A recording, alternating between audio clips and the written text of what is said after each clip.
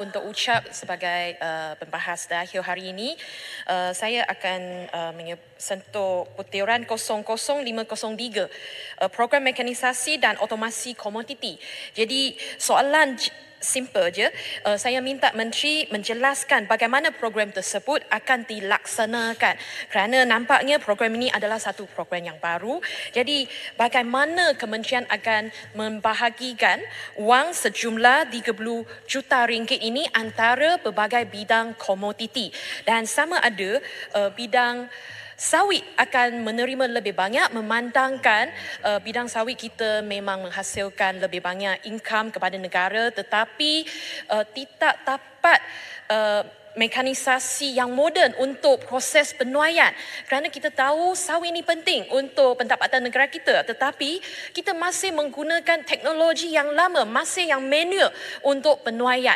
Dan kita sekarang berada di zaman yang kita boleh menghantar manusia ke bulan dah, tetapi penuaian untuk sawit masih pakai manual lagi.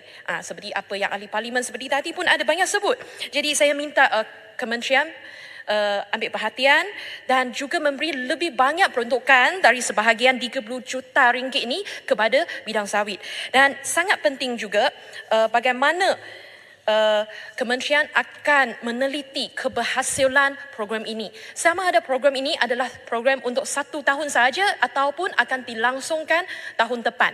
Bagaimana kerajaan akan meneliti keberhasilan, iaitu katanya berapa jentera telah dihasilkan dalam program ini, ataupun peningkatan keberhasilan ataupun output sawit kita. Dan paling penting sekali,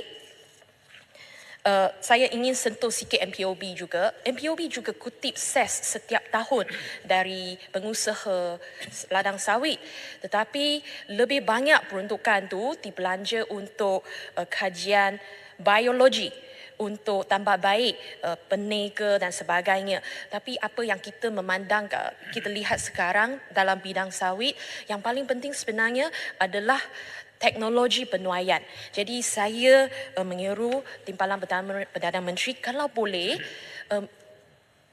suruh MPOB ataupun ada satu polisi supaya lebih banyak peruntukan diberi kepada peningkatan kegunaan teknologi untuk proses penuaian, kerana itu adalah sangat penting. Dan selain daripada itu, bukan sahaja diberi geran kajian atau selidik kepada akademik sahaja, kepada sekolah ataupun researcher sahaja, tetapi seharusnya diberi terus kepada peladang, kerana peladang mereka sudah on the ground dengan izinnya, jadi mereka lebih faham apa faktanya, apa realitinya, apa cabaran yang mereka hadapi on the ground.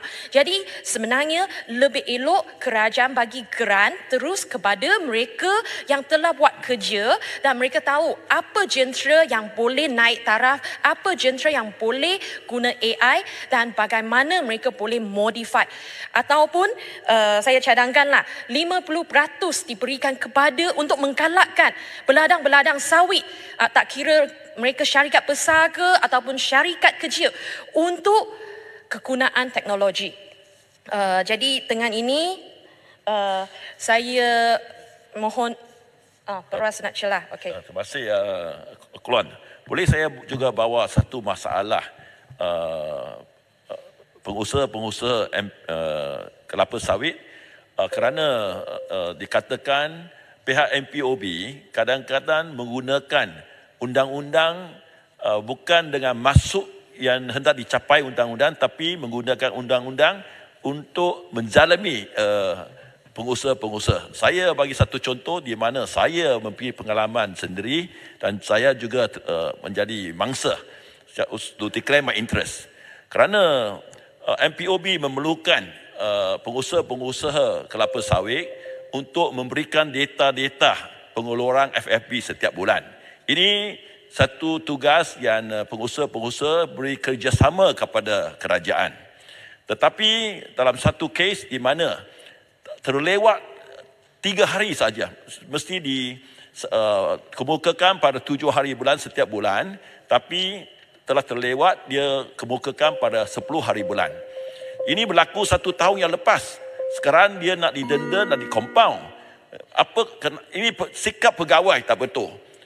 Our purpose of the act is to get data, not use the law to victimize or to make this officer feel they are so powerful. They use the law to zalimi pengusaha-pengusaha. Saya harap sikap ini mesti diubah dan kerajaan ambil tindakan terhadap pegawai-pegawai yang mempunyai sikap yang tidak baik ini. Terima kasih.